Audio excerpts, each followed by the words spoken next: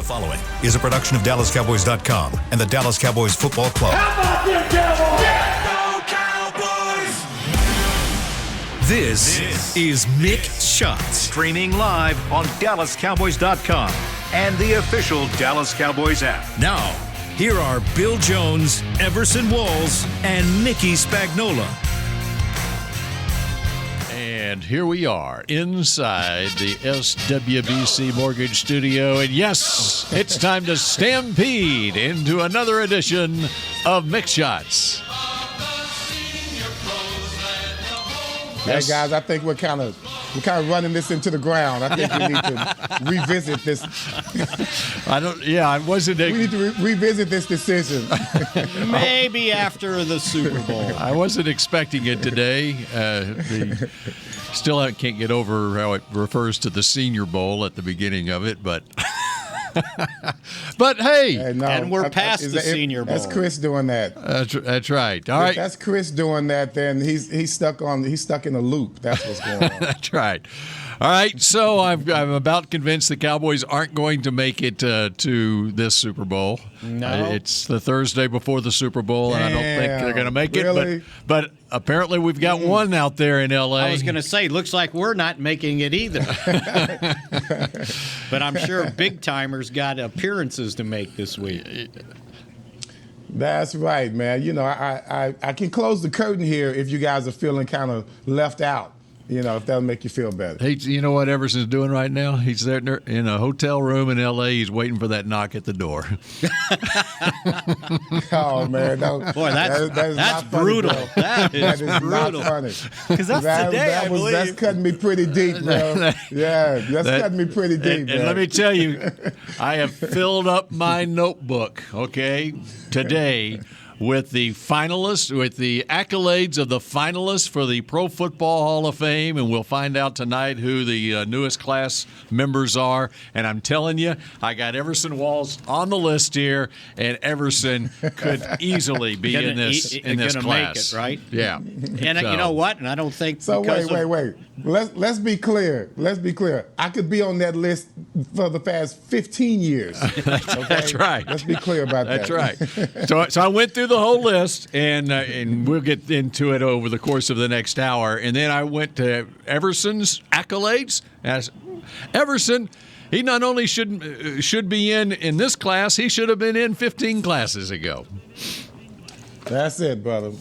Preach to him, Bill. Thank you very much. Well, I'm going to use you next time for my Team Walls campaign. There you go. Yeah. This would be a good year not to go in because you're probably not getting a knock at the door. Yeah, how are they doing it now? Well, they're going to announce it tonight at 8 o'clock on the NFL Honors Show. So my understanding, that's when they're going to find out. Because what they did last year, they had, because of COVID, they couldn't have David Baker go everywhere, and it was all a virtual thing anyway. And so they would have former, like... They did it ahead of time. Well, they did it ahead of time, and I believe it was Roger who surprised Drew with it. And they would have former players from their organization. A Central Hotel. They were at a Central Hotel. No, they did. No, it was just in their hometown, wherever they lived. They did it like a week ahead of time, or 2 weeks ahead of time. They filmed it. Like they brought Drew into here, and that's when Roger snuck up behind him and surprised him. Right. And there was a video. David Baker. That's right. David Baker did all of them. David Baker did it. He did it, but he snuck up behind him while he was talking to Drew. Right. So. Right. But I think Roger was there too. They had a former player that was there. So Baker, I thought when you said Roger, I was thinking Goodell. No, Goodell stop didn't have anything to do. No, my God, come on, Spag. So Baker resigned. Baker resigned, correct? Yes, he retired. Yes, he did retire. He stepped down. Yep. So okay, so who takes over now? I was reading up on it last night, and I never could figure out how they're doing it. I don't know if they named somebody to. There was a reference to former players surprising whoever the new members are. Oh, okay. And maybe they're continuing that. I don't know. But you're saying you're hearing that. I didn't hear. I checked with PR, and they didn't sound like they were going to know who was getting in. Like, for instance, DeMarcus Ware, who obviously is a finalist tonight, right. He won't know until everybody else knows? Is that what you're saying? Well, maybe he knows, but we're not going to know. Well, yeah, right, yeah. right.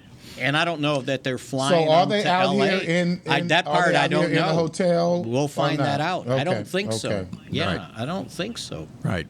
Because of COVID. Everything's because of COVID. Well, and the right, LA's been cracking down on it for quite some time. You carrying your card around with you? Yeah, I can believe that. There are a lot of events. Yes, laminated, by the way. Yes, all right, good. All right, so we're going to get into the Hall of Fame stuff on this edition of Mick Shots. Mickey, what else would you like to get into right off the top here? Well, it's been a while since we last convened. It was a week ago Monday. The Monday after the conference championship games is when we last got together. The world could have ended, and we wouldn't have been able to cover it, right? It's been so long. Yeah, it's... So wait, how many people picked the Rams to be in the Super Bowl? Like back in August? No, I mean between us. Like, you are the only one, Everson. Yeah, let's give props. That's what I thought. That's what I thought. Props to Everson. Yeah, that's what I thought. Yeah, that's what I thought. I was just checking because it's been a while since I've seen you guys. I just want to make sure I don't misspeak. Yeah, that's right. So yes. sorry. Everson had the Rams versus. I don't think you picked the Bengals, did you? I think everybody had the Chiefs. I did not. Yeah. Okay. No, I did not. Mm-hmm. And so by the end of the show, we will make our picks for the Super Bowl, although I haven't given it much thought. And they've won the game resoundingly. We may have already, we might already have gone over it, but I just so disappointed in how I just thought this year, when you look at how everything came about, no one went into the playoffs with momentum the way we always think that they should. Anyone that did have momentum, they went out in the first round. And so, we start talking about the inconsistencies coming from the Cowboys. Well, hell, everybody was inconsistent going into the playoffs. So when you look at that, you just think about just how close the Cowboys could have come to at least going to the Super Bowl this year with all of the mishaps during the season, the inconsistencies from every team, every big player. No one had a streak going in except for the doggone kicker for the Cincinnati Bengals. Otherwise, everyone was inconsistent in their play. And that's why... this could have been our year, guys. This could have been our year. And that's why I keep getting asked the question, especially on some radio things I do, about what's the difference between, the Cowboys and these teams that are in the Super Bowl. And so it makes me pause because exactly what you said about no one streaked into the playoffs, right? The fact that they had home field advantage, it's like, well, guess what? Green Bay lost at home. Tampa Bay lost at home. Tennessee lost at home, right? Tell me the teams that had home field advantage that survived. Did you say Kansas City? Kansas City lost at home, right? So, home field advantage this year didn't mean squat in these playoffs. Now, the Rams end up winning at home over San Francisco. But they went to Tampa to win the previous one. And San Francisco won their games on the road to get to the game. So, look, to me, and I think Everson pointed this out last Monday, if I could remember that far back. It's like, okay, what, other than not scoring enough points, what was the difference between the Cowboys moving on and being sent home? Teams made plays at times they had to make plays, and the Cowboys didn't. And to me, that was the difference. No matter how poorly they played on the offensive line, how poorly they ran the football, the defense at the end, everybody, tapped and patting the defense on the back. But in the game that counted in the playoffs, when they had two opportunities to get San Francisco off the field in the fourth quarter after they came within 6 points, they allowed San Francisco to hog the ball for like 6.5 minutes in 2 possessions. Couldn't get them off the field. And by the time they got them off the field, what was there, 13 seconds left or whatever? Forget the end of the game. How about the beginning of the game? Yeah. The whole quarter. How about the first drive of the game, right, where it was 11 yards a play? Everybody's like, well, they did great. They held them to 23 points. You should be able to win.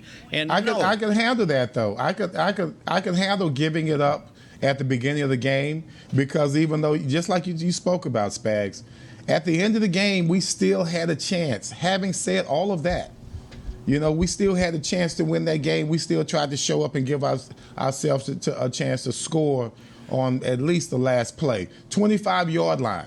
When it's all said and done, we're still looking at the 25-yard line. Right. So that's what I'm talking about with inconsistencies. It happened to everyone. And the difference was the matchups that we had on the field. Their guy whipped our guy. It had nothing to do with strategy.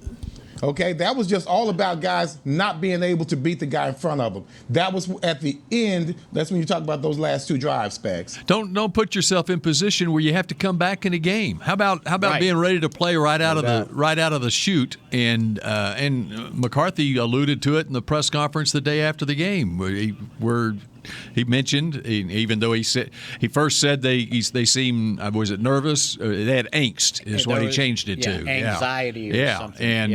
And don't have angst. Be ready to play, And I mean, it showed right from the start. I mean, you go back to the 1994 NFC Championship game. Yeah, the Cowboys. Troy Aikman played what a lot of people consider maybe the best game he ever played in his career. But don't fall behind 21-0 to start the game. Yeah, right. No, absolutely, and so Hey, so answering they need their own boombox. Yes, just like that's right. Need a boombox. That's right. And it gets back. Maybe that'll take the angst out of it. Speaking of Aikman, Elway was known throughout his career all these comebacks. Well, I remember Troy. People would talk about Troy that Troy doesn't have those comebacks. Whatever. Well, that's because they were ahead the whole game. And so don't put yourself in position where you have to have all these fourth quarter comebacks. Don't have angst. Mm-hmm. Just go look at the Olympics, right? You know who doesn't? Don't start your event with angst. You know who doesn't have angst, though? One of the quarterbacks in this Super Bowl. Joe Burrow, he doesn't have angst when he goes out on the field. He's a little different. Yeah, He's that's right. a little different. That's right. So and I wonder how many turtlenecks he has in his closet. Yeah, right. And gold chains. I guess he wears. That's his game uniform. And sunglasses. He's like Tiger on Sunday. Yeah, he likes Tiger on Sunday. That's his go kick ass outfit. Since you brought up outfits and you brought up the Bengals, when I saw the video of them getting off their bus and going into the hotel for the first time, the first person that I recognized right away. Cheeto? No, it was Frank Pollock, the Cowboys' former offensive line coach that they sent packing. Unceremoniously sent out for Paul Alexander. Paul Alexander, trade of offensive line coaches. Lasted 7 games before they fired him, and Frank Pollock ended up going to Cincinnati, then the Jets, and then back to Cincinnati. And here he is in the Super Bowl. Yeah. But I saw him, and I was like, you I know can't that tell guy. me that everyone saw this coming, though. When you look at how Cincinnati started, oh no, you look at how amazing Chase is playing right now. This guy plays his butt off, especially the last 10 games of the season. If you recall when he first started and he got to camp, and even in the first game of the season, this guy's dropping balls all over the place. They weren't looking at him as a bust, but they were surely wondering if there was really something wrong with him to where he kept dropping all of these easy catchable balls. And now you look at him, he's one of the most dynamic players, always was one of the more dynamic players. But now he's known for his consistency during the big moments of the ball game. That's a total turnaround right there. Well, you want another total turnaround? What was the perception when the Rams made the trade for Matthew Stafford? What was the perception of Stafford? Well, he wasn't good enough. He can't carry a team. He's only been to the playoffs 3 times, and Detroit lost all 3 games.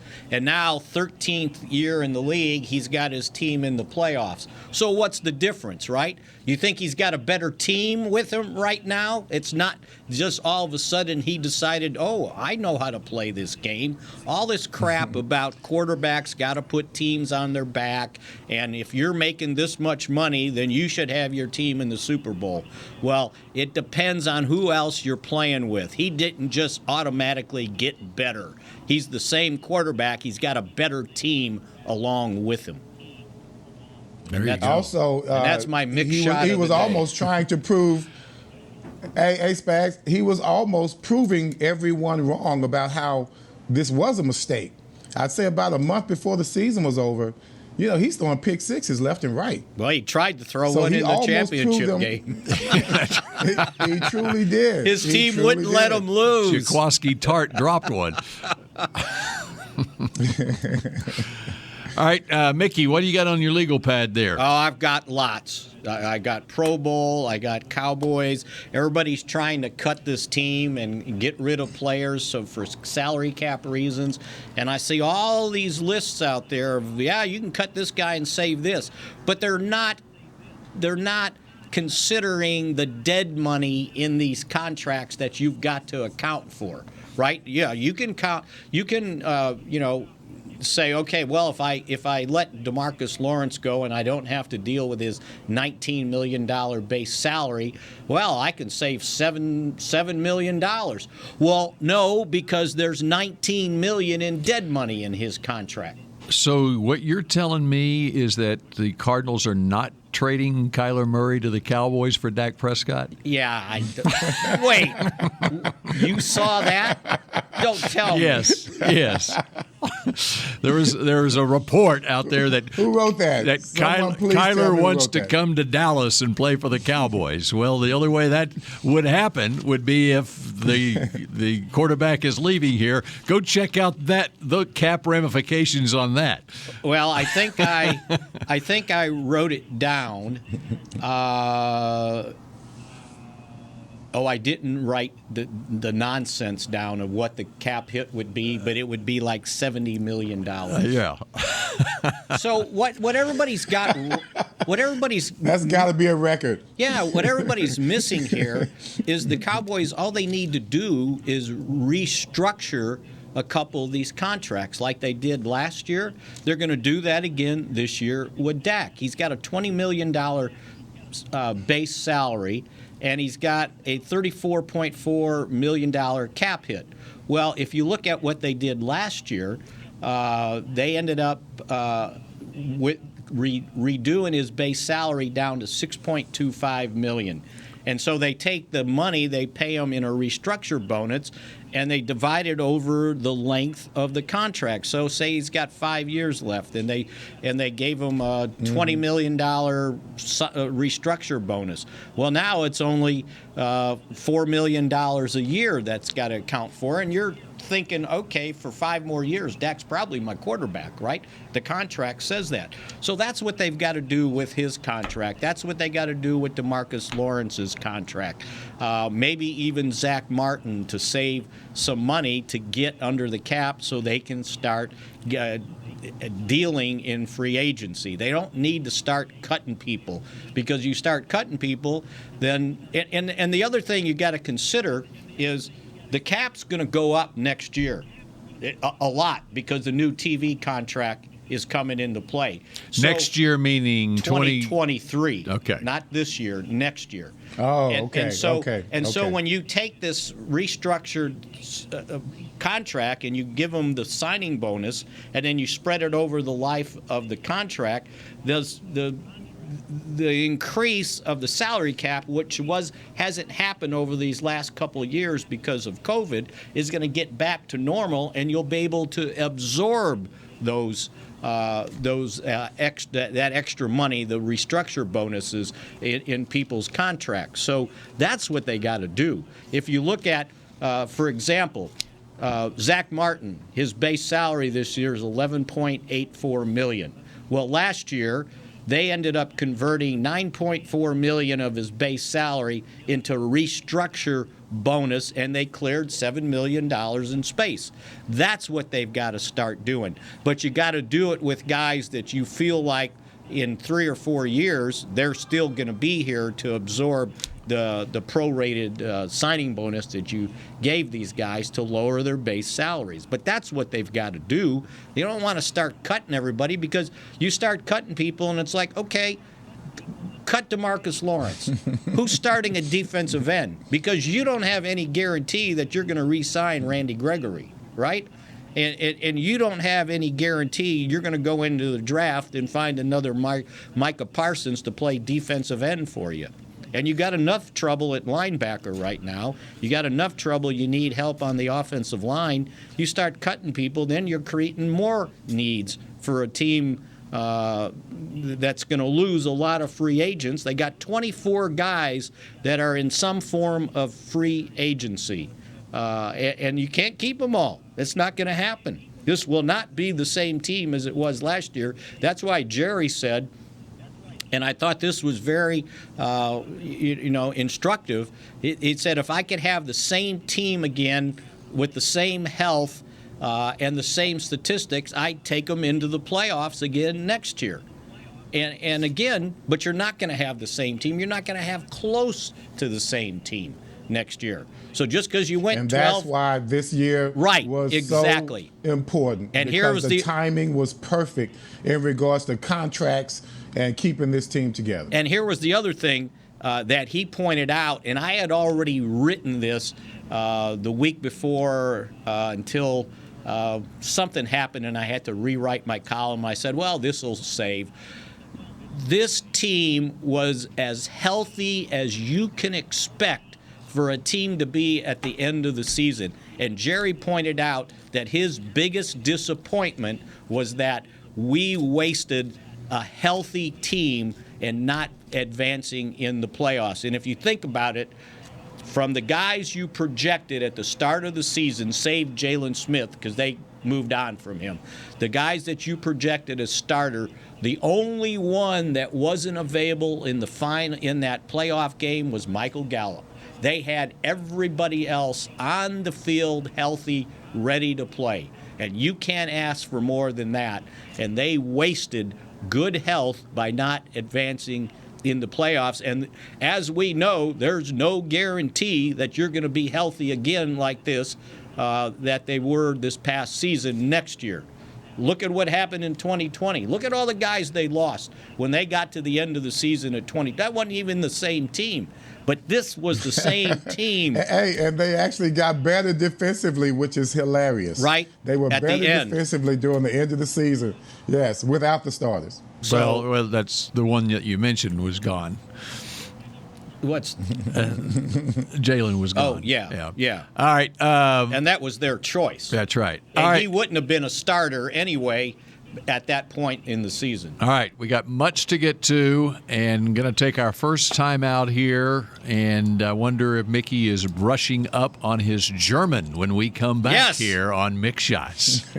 Brace yourself for an existential question. Has your butt been having enough fun lately? Have you been treating it well? Has it been going places? If not, then it's about time you start using SeatGeek. SeatGeek is the best way to get your butt tickets to live events. Just ask the thousands of other butts who have rated it the #1 ticketing app. So what are you waiting for? Download the app now or visit SeatGeek.com to get tickets to sports, concerts, and live events and make your butt happy. SeatGeek. Get your seat in a seat. Want to use what the pros use? How about the official men's skincare brand of the Dallas Cowboys, Jack Black? Right now you can get the Jack Black Starter, a curated collection of Cowboys locker room favorites for just $10 with free shipping. The starter includes 4 Jack Black skincare favorites plus a full-sized intense therapy lip balm. Go to getjackblack.com/Cowboys and use the code word TEAMJB. That's getjackblack.com/Cowboys. The Jack Black Starter, $10, free shipping. The Cowboys way, where 16 Hall of Famers and 5 championships shows us what success looks like. Where turkey is always the second best part of Thanksgiving Day. Where we are all defined by one single thing, the star. Where we as fans know it's our job to keep the tradition going. Bank of America is proud to be the official bank of the Dallas Cowboys and to support the quest of living life the Cowboys way. Copyright 2020, Bank of America Corporation. At AT&T, everyone, new and existing customers, get our best deals on every smartphone. Why? Because you deserve it. For turning your living room into your office and your gym. For teaching Grandma how to video call and teaching her again. It's the button on your left, Nana. Okay, your other left. It's not complicated. Everyone deserves something new. So AT&T is giving everyone, new and existing customers, our best deals with every unlimited plan on every smartphone, even the latest ones. AT&T may temporarily slow data speeds if the network is busy. Restrictions and exceptions may apply. Back to Mick Shots. Roofing and waterproofing, proud partner of the Dallas Cowboys. From corporate homes to your home, have your roof checked by choice, not by chance. Call now, 214-225-4860, or go to www.kpostcompany.com. All right, very good. How's Mickey. your roof? I haven't been up there lately to check it out. That's the best thing. Yeah. All right. Don't go up there, Bill. You're already in enough trouble. I'm not going there. I haven't gone there in years. When's the last time you've been on the roof of your house? My old house, which was a one-story, which was 20-something years ago. Same for me. All right. It is... all right, Cowboys next year play at Jacksonville. Announcement comes yesterday from the NFL that the league will play 5 regular season international games. 3 of them will be played in London, and 1 will be played in Mexico, and 1 will be played in Germany. Over the course of the next 4 years, they Munich. And Munich specifically next year. They'll play in Munich next year, in 2023 in Frankfurt, then back in Munich, and then in Frankfurt. So my question to you, Mickey Spagnola, is when I mentioned Jacksonville there, okay, they're scheduled to play at Jacksonville. Well, that obviously is Jacksonville has a history of playing games in London, and it was announced yesterday that one of their games will be at Wembley Stadium next year. All right, what are the chances that the Cowboys have an international game this season? I'm going to check my passport, make sure it's up There to you date. go. Let's go. So which one do you think How do you know Jerry... they're going to invite you, Spags? Yeah, well, They I might don't not know. Let you on the plane. I may have to You're invite really assuming myself. a lot, right? I have to invite myself. Where right? would Jerry like to play? Oh, I'm sure he'd like to play that first game in Germany, right? That's what I'm In thinking. Germany, yes. As important as the Mexico market is to the Cowboys, Right. You still you have that market. You've done that before. Yeah, let's go grab that Germany market. So, but you're putting 2 and 2 and getting 5 together with Wembley, since they've got to play Jacksonville, and that's who they played 8 years ago. It was 2014 when the Cowboys been that long. played Wow. Jacksonville. Yeah, and we keep. That's right. Joseph Randall was on the team. And we made so many friends out there in London with that Cowboys fan club. It's like they keep asking, "When you coming back? When you coming back?" It's like, well, we want to come back. That was a great trip, by the way. And if I remember correctly, we did, and we only had, I think, at that time, 1 podcast going. We did it at a sports bar, like 3 or 4 nights in a row. Wow. And I don't think you guys, I bet with all the Cowboy club out there and the fans, I didn't buy a beer the whole time. And it's like I had Hey, to. so wait a minute. What? So we have a chance to take Mick Shots to Germany. This is what you're telling me. Well, I don't know if they're going to take 5 shows to. Well, here's the problem. Me, you, and Bill. That's right. You're telling me, you Absolutely. and Bill might have a chance. We're part of the podcast family now. We have a chance to be in Germany with the Cowboys. That's what you're telling me, right? It's a possibility. Possibility. All right. Now, well, here's the problem with a Germany Cowboy game is, okay, unless Jacksonville's going to play more than 1 international game. Right. Okay, and Jacksonville's already playing 1 in London. It would have to be a team the Cowboys are playing at that get to host the game in Germany, because Jerry's not giving up a home game. Right. And by the way, and they have 9 this coming season. Yep. 9 home games. And the NFL has also said that every team in the league will play an international game over an 8-year period. Right. So you brought it up in the break. Let me present this. Okay, what if the Cowboys played in London and then stuck around in Europe and played in Germany as well? Get 2 of their road games taken care of in one fell swoop in Europe. I would imagine Cowboys going on a world tour. I would imagine the second team they got to play would not be happy that the Cowboys didn't have to travel overseas for the game, right? That they're already set there, up shop right? there. Yeah, set up, sort of like playing 2 games in a row they did that year in California.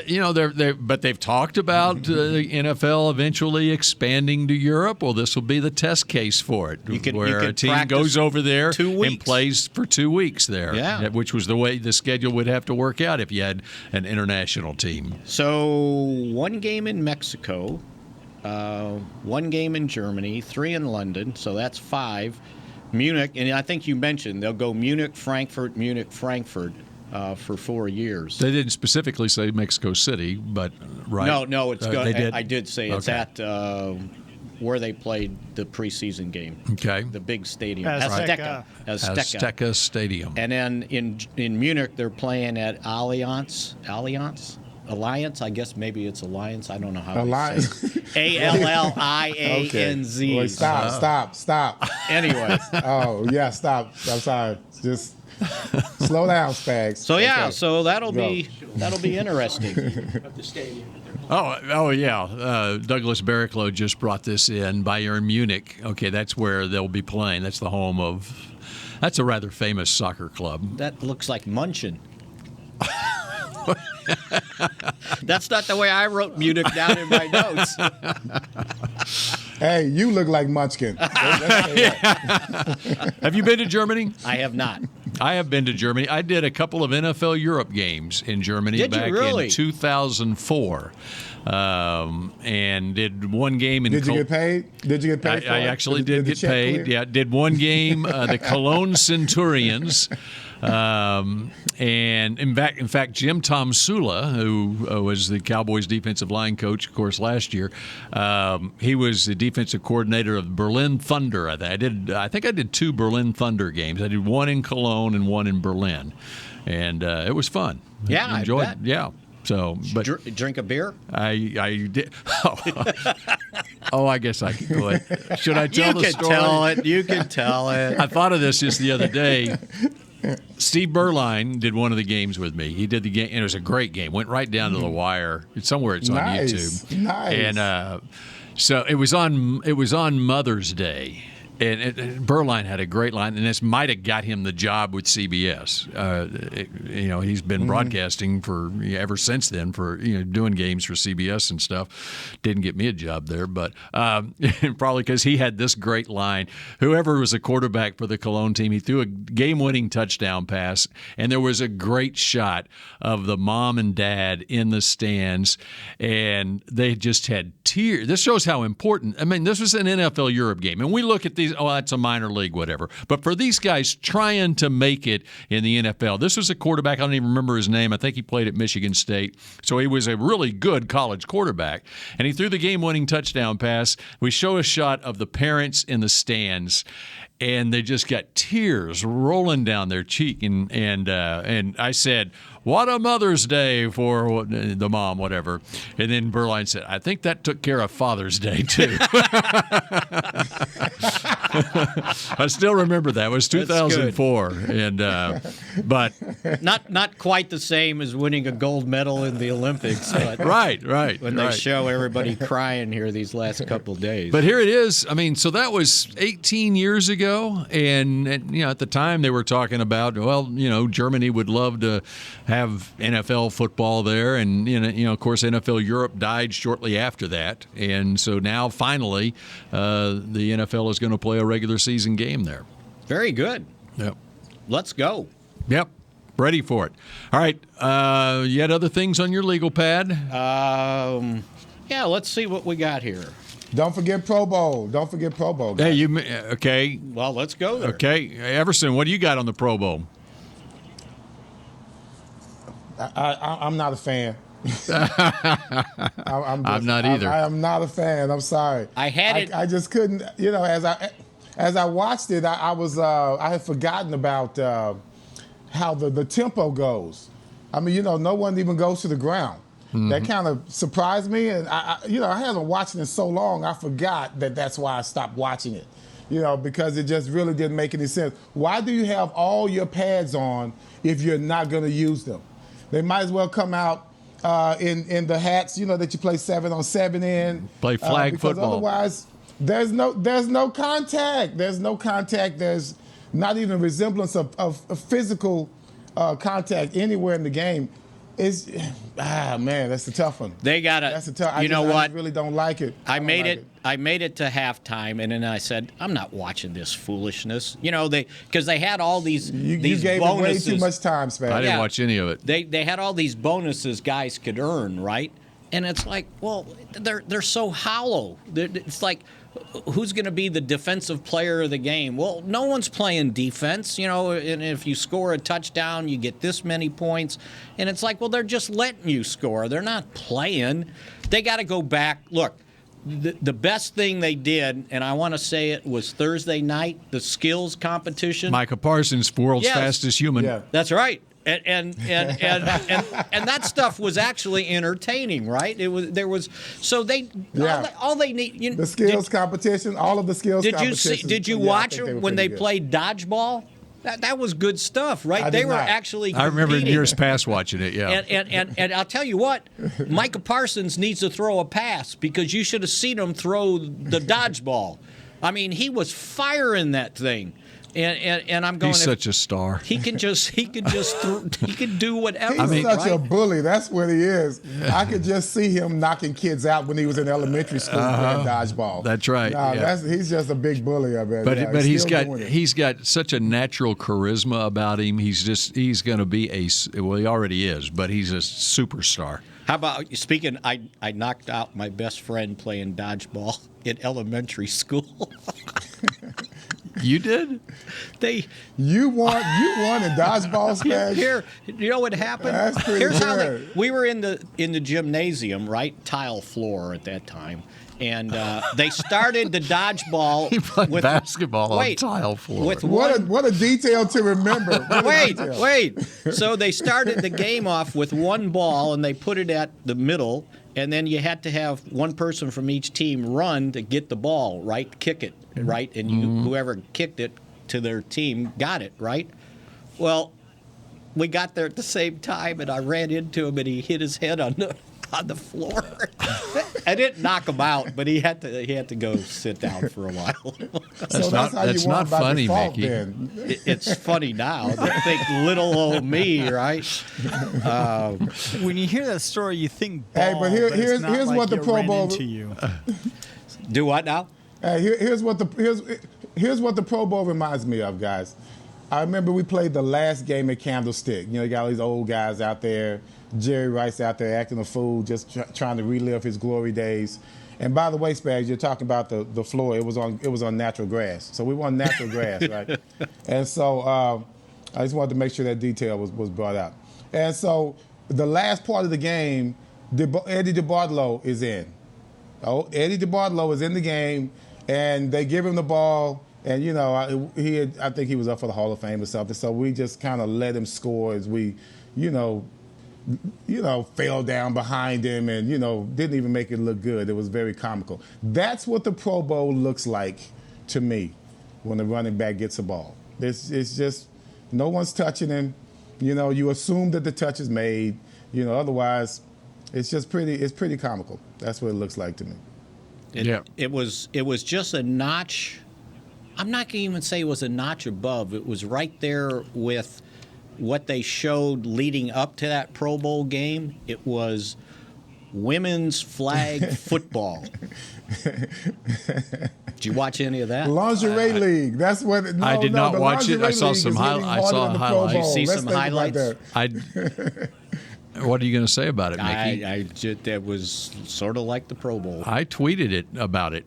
You did. And I think it's a very good thing, Mickey. It is. I do think. And no, seriously, I think I thought it was a high school deal, but it wasn't. No, these were teams. All right, because the Cowboys actually partnered with Fort Worth ISD this past week, and DeMarcus Ware was there at AT&T Stadium last weekend, and I don't know if it was a clinic or whatever, it was an introduction. Did you get an interview with them? I wasn't there, but we did as a TV station. We did. I need that interview. Okay, you can have it.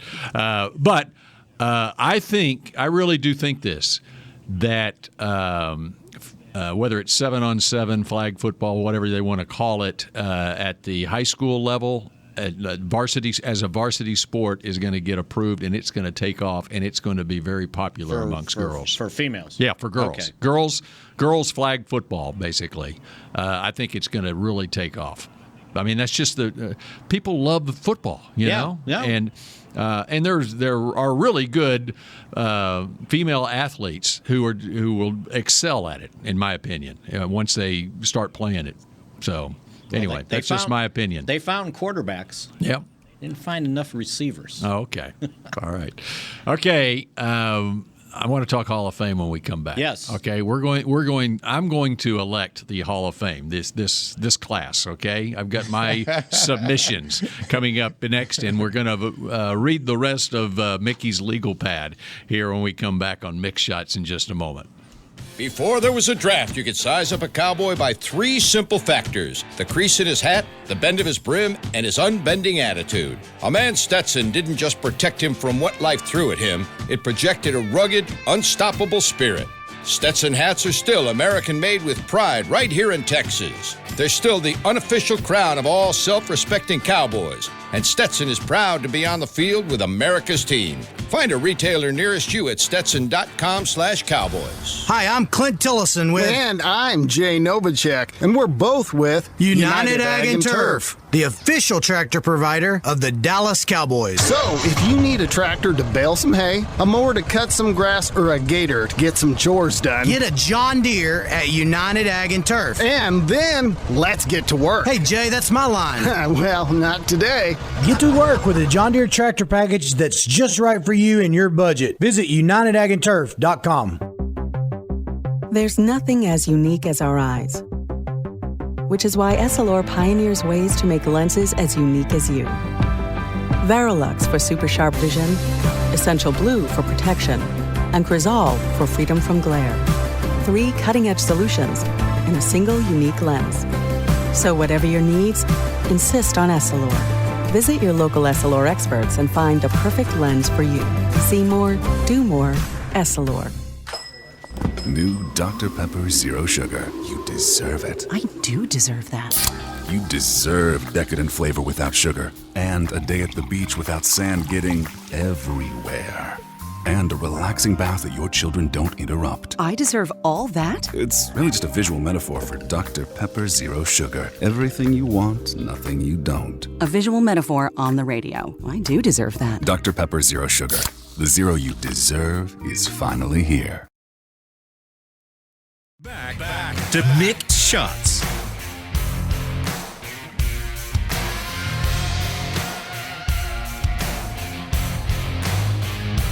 Whether you're watching from home or cheering in the stands, with SLR lenses, you'll see every exciting play. Book an appointment at your local SLR experts and find the perfect SLR lens for you.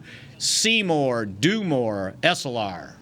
Okay, we're going to get into the Hall of Fame. We're going to go into our Super Bowl picks. We got so much to cover here in the last 16 minutes of this edition of Mick Shots, but it has been a week and a half since we last got together. There's so much that has happened in the meantime since then, including one of the biggest retirements in the history of the National Football League. And I think we need to talk about that to kick off this last segment of this week's show. Don't you think so, Mickey? Anybody surprised that Tom Brady decided to I am not call it talking quits? about Tom Brady. One of the biggest retirements in the history of the National Football League. Rich Dalrymple. Wait, you're talking Rich Dalrymple. Rich Dalrymple is stepping aside. He is retiring after 3 decades here with the Cowboys. Let me tell you, 10 more seasons than Tom Brady. There you go. That's right. 32 years. Seasons. Came here in 1990. From the University of Miami. So it was the year after Jerry and Jimmy got here. Jimmy brought his PR, or his sports information director from the University of Miami with him the next year.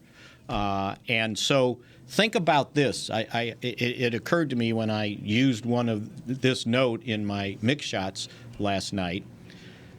From 1971 to 2021, 50 years, 51 seasons, the Cowboys have only had 3 PR directors. Doug Todd, 18 seasons. Greg Aiello, who had been here 10 years as an assistant, 1 before he became the head PR guy in the NFL.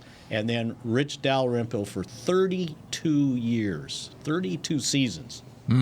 So only 3 guys. He was the coolest guy ever. He looks as cool as Joe Burrows in shades. No one can out-cool Rich Dalrymple. And, I first met Rich when he was the sports information director at Miami. And I'd gone down there to cover a regular season game, had gone down there to cover the Orange Bowl when they beat Oklahoma, I believe, that one year for the national championship game. And we don't need to pause on that. Yeah, keep right. going. And I just thought I'd bring that up. And so when he got Keep here, it moving, Spaz. I was kind of familiar with him when he showed up in 1990. So that was a long run for him. And my understanding was he just decided that it was time. And think about it, while he was the PR director for the Dallas Cowboys, one of his main jobs was Jerry Jones. And so that was a 24-hour-a-day job, right? Just making sure everything was straight. So, So I'll tell you what, Rich and I actually had a lot of close contact when they had me up for the Hall of Fame. Jerry and Rich, they kind of put the Cowboys' resources behind me. I always make a joke about Team Walls. Well, yeah, Rich Dalrymple was part of Team Walls. We had a little game plan, we had a little campaign going, and Rich was kind of at the forefront of that. And so that was very surprising. And you got to find out just really how personable he is, because he walks around, looking very important, for lack of a better term. But when you look at when you actually get to talk to him, he's really a very, very cool guy. Really a very cool guy. I was surprised because his demeanor kind of says otherwise. Yeah, he's a good guy to have a beer with. Yeah, he is. That's very true. And so happy retirement life. Yes. Rich Dalrymple. And, Hall of Fame, the honors show is tonight. So Micah Parsons will be they break it down to Defensive Rookie of the Year or just Rookie of the Year? No, Defensive Rookie of the Year, right. Offensive Rookie of the Year. And by the way, just to give you a little, and I don't know how much this means, NFL.com had a 29-person panel that they voted on, I think, 7 of the awards, and the only one that came out unanimous was Micah Parsons getting all 29 votes for NFL Defensive Rookie of the Year. Okay, so that's a slam dunk. It's going to happen. So that looks like that's going to happen. And the only other Cowboy player in the 7 categories they voted on was Dak Prescott for Comeback Player of the Year. I think he got. Wow, he made it. So we already know the results? No, this is NFL.com. They were just doing it. They were just doing it as a staff. And because Burrows is definitely stepping up his game. And, is it based just on regular season or playoffs? Well, it depends on when did they the vote. voting? When they vote. When did the voting take? Yeah. Well, because most valuable player is just regular season. Yeah, right. So I would think it's just regular season. Dak ended up getting, I think, 3 votes for comeback. Burrow won it in a landslide. But their vote was taken after the regular season. And Micah got 1 vote for Defensive Player of the Year. Okay. T.J. Watt got 20-some, and Aaron Donald got, I think, 7, something like that. Okay. So that just to give you an idea of what some people were thinking. So that's going on tonight and during the show tonight, which is, I can't remember which network's carrying it, but it might be NBC since they got the game, but I don't know. I thought it was ABC. Okay, we'll go with ABC. All right, check your local channels. Yes, please. Local listings. Don't miss it because of me. All right, Hall of Fame finalists. Yes. Here they are. Okay, I've got it broken down by positions here. And so if you go defensive lineman, former Cowboy DeMarcus Ware in his first year of eligibility, Yes. Jared Allen in his second year of eligibility, Richard Seymour his fifth year, and Bryant Young his 10th year of eligibility. Linebackers, former Cowboy, Zach Thomas. You got Patrick Willis and Sam Mills. Okay, your DBs, Rondé Barber and Leroy Butler. Offensive tackles, Willie Anderson and Tony Boselli. And receivers, Torrey Holt, Andre Johnson, Reggie Wayne, and a special teams, you could call it, he's listed as a wide receiver. He's a kick returner, though, and he's his first year of eligibility, and I've got him going in his first year of eligibility. That would be the great Devin Hester. Right. So how many of those? Okay, you got 5 of them going in, right? 5. Yeah. 5 of these finalists will go in That's because you got the others. That's as many as 5. Right. Okay. When I was up for it that one year, Torrey Holt was also up for it. He didn't make it. What's the offensive line? Boselli. Yep. He was up for it when I was up for it. I think that was this is about 5 years ago. These guys are still. Yep. Holt is in his 8th year of eligibility. I think it's the 3rd. Give me another one, Bill. Reggie Wayne is in his Boselli 3rd year. I was there with. Richard Seymour. I wasn't. No, keep going. Let's see. Butler. Leroy Butler. No, Barber. Rondé Barber. Barber was up when I. So what year was that? There also what year was that, Everson? I believe that was 5 years ago. Okay, guys. so Barber's in it. So ago. Barber, that would have been probably his first year of eligibility because I think he's in his 5th year of eligibility right now. So you just read off the names. Man. So what do you think the chances are DeMarcus Ware getting voted in tonight? I think it's pretty high, and it should be high. You know what's interesting is I think he should go in myself. And I think, in fact, I got my 5 off of this list. I've got DeMarcus Ware and Jared Allen going in. And I'm not predicting this is going to happen. I'm just saying after taking a cursory glance at the credentials of all of these guys this morning, these are the 5 that I came up with. DeMarcus Ware, Jared Allen, Devin Hester, Reggie Wayne, and I've got Zach Thomas. If you look at Zach, I'm not saying he's going in. I know. He's not going to get voted in. Right. Okay, I guarantee you he's not going in. Okay, I say that. And we're talking 7 Pro Bowls, 5-time first-time All-Pro, first-team All-Pro, 1,720 tackles in his career, 17 interceptions, 17 force. You match him against the other guys. And those are some good numbers. Yeah, Bill. right. All of those are real good numbers, especially for a linebacker. Yeah. I mean, 1,720 tackles in 184 games. Now, of course, we saw him at the very end of his career here in Dallas for one season in 2008. Right. And what he did in Miami. I didn't go into this thinking at all that Zach Thomas would be in my final 5. And then I'm like, you know what? He's on the all-decade team. I mean, he's got, I think, a really good case. But I don't think he'll go in. I must admit, I was influenced by what I saw here in Dallas. Right. It's good that you mentioned that, Bill, because that does influence me. But if you look back at his early years, you're looking at a Sean Lee type of player. Undersized, very smart. He played with aggression, even though he just really didn't get hurt as much as Sean Lee did either. So he was a little bit more stout. Mm-hmm. I like that. Jared Allen. Okay, Ware versus Allen. Wait, that's another thing. Wait, Jared Allen. What? Give me his numbers in sacks, guys. You got 136. Bill? He's got 136 sacks, and Ware's got 138 and a half.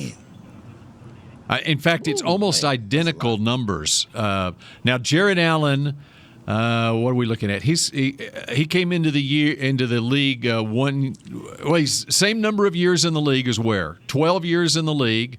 He was with Kansas City for 4 years, Minnesota for 6 years, and then finished up his last year in Chicago and Carolina. Okay, Ware. Did he ever get a Super Bowl?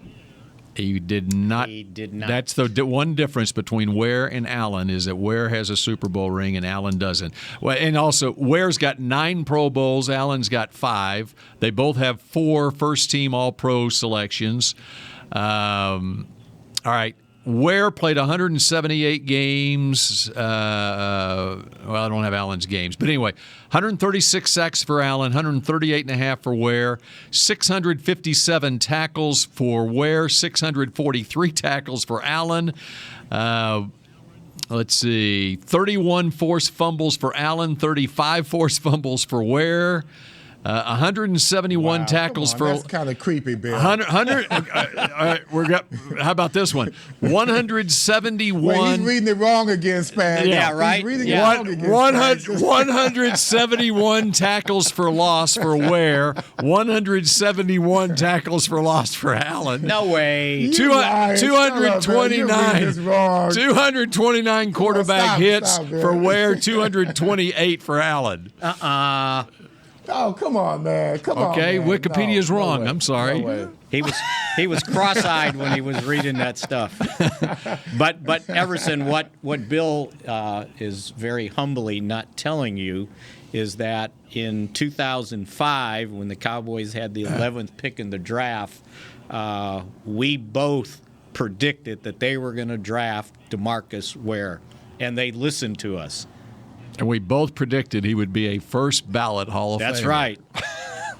And not only that, then we predicted that with the second pick at number 20. They may have listened to Bill. I don't know if they listened to you. Yes, they did. To Bill. And with the second pick, we figured they would take Marcus Spears, and they did, That's too. right. And if Parcells was making the call, he would have taken Spears first, and who knows what he would have been left with. Would not have 20. gotten DeMarcus Ware. Absolutely. That's right. That's right. You know, the funny thing about that But guys, when you think about this, how they pick for the Hall of Fame, and that's where I'm going to beg to differ with you, Bill, on who you think's going to make it. For some reason, wide receivers, they just don't get the love. No. Because I think they look at them as. Go ahead. No, what I was going to say, I wasn't predicting what's going to happen. That's if I was picking, that's who I would have picked. So okay, yeah, but they don't really pick wide receivers, right? You know, like T.O. It took him a while to get in. You know, you had some really good receivers. I think Chris Carter took a while to get in, if you recall. Yeah, I mean, these are guys who were quality receivers that represent the league well, and yet they seem to be not a priority. As a group, as a unit, they don't seem to be a priority to be voted So in. of these 4, and I'm going to throw Hester into the group, even though he's a kick returner. Hester, Torrey Holt, Andre Johnson, Reggie Wayne. Which of those 4 should go in, you think? I'm saying Hester gets in. Hester gets in because of special teams. He's not got exactly 20 return touchdowns in his career. Not exactly a wide receiver, and I think Torrey Holt. You got Holt. And not that much competition either, Spags, from other return to special teams guys. So, yeah, I agree with you on Hester. And I think Holt as well. I think just from a personal standpoint, you know, sometimes, you know, guys got to get in. The other satisfying thing about the year, that 5 years ago when I was up for it, you had 2 guys that went in that it was very satisfying, you know, whether you make it or not. If you're a fan of football, Kramer went in that year, and so did Robert Brazil. Those are 2 guys that have been really on that list of it's a shame that they're not in lists. And they got in that year 5 years ago. So hopefully someone who's been, you know, toiling for quite some time might be able to finally get some satisfaction. Well, and let's also add that the senior finalist is Cliff Branch. And usually at this point in the seniors category, they kind of somewhat rubber stamp that one. Right. And then the contributor, Art McNally, the old official, right, who ended up being upstairs. Yeah. Is that right? Right? Yeah. And then for the coach, Dick Vermeil. And they've got a vote on. I mean, they sort of got a vote on all those guys. I talked to Dick Vermeil one time. It was pretty formal. We were both at urinals. Did he cry? Oh, good one. No, he didn't cry, Chris. but That's a good one. We almost shook hands. We kind of just pumped fists. Yeah. Yeah. All right, and who's going to win the Super Bowl? We're out of time. Who's going to win? Rams, man. Rams can't lose at home. Cincinnati's good, but do they have that much momentum? I think Aaron Donaldson is going to go off in this game. He will not allow them to lose. I'm picking the Rams, but I got this. And Von Miller. Right. Don't forget, and Von Miller. I'm picking the Rams, but I've got this tugging notion, it's like just Joe Burrow's nagging at do me something. that Burrow's going to do something and they're going to survive. There's no way they should be in this game. He got sacked. Period. 9 times against Tennessee. But not only sacked 9 times, he got hit 13 times trying to throw the ball, and they still won. Are they firing everybody in Tennessee? Because when the Cowboys lose one, they're firing everybody, right? Including the owner, the general manager. No, the coach got an extension just yesterday. I think Tennessee's. I think they've been to conference championship games. They've been before? Mickey. Yeah. Okay. Here That recently. counts? Yeah. Wow. And I guess I'll pick the Rams too. Matthew Stafford from Highland Park. You're going Park High against School. Mixon and Pirine. You're going against Mixon. Okay, and all right. Pirine. You can convince me otherwise. Okay, I'll go with the Bengals then. Right? Yeah. Okay. I'll go with Cincinnati then. Sounds good. Okay, so I've got Cincinnati, and you two have the Rams. Yeah. And we're going to convene again next Thursday. And if you ask me tomorrow, I might change my mind. Yeah, I'm kind of the same way. I'm not. I will. Solid on them Rams. So you got a score for us, Everson? Hey, go Highland Park. Go Highland Park. That's the first time I think I've ever said that in my entire life, being from Hamilton Park. You know how Let me much? say that. The last time Matthew Stafford won a championship was in 2005, and Highland Park won the state championship game. You know what the final score was? 24-21. 59-0. Whoa, you're lying. 59 to nothing. Yep. So, all right. So that does it for. This wasn't baseball. This is a shutout. That's pretty good. Yep, that's right. That's right. Okay, so that does it for this edition of Mixed Shots, and I guess next week we'll be convening for a scouting combine preview. It's almost scouting combine time. I mean, we're already. Valentine's Day is Monday. Okay. So it's going to be like the 17th. We're only going to have 10 or 11 days left in February. And I think the combine starts the 1st of March. Okay. If I remember correctly. March 1st. I believe the franchise tag decisions are being made 16th, I want to say. But as far as tendering contracts and offers and that sort of thing, yeah. Which, by the way, if you're March 8th is wondering, the franchise tag. The franchise tag for a wide receiver is $18.5 million.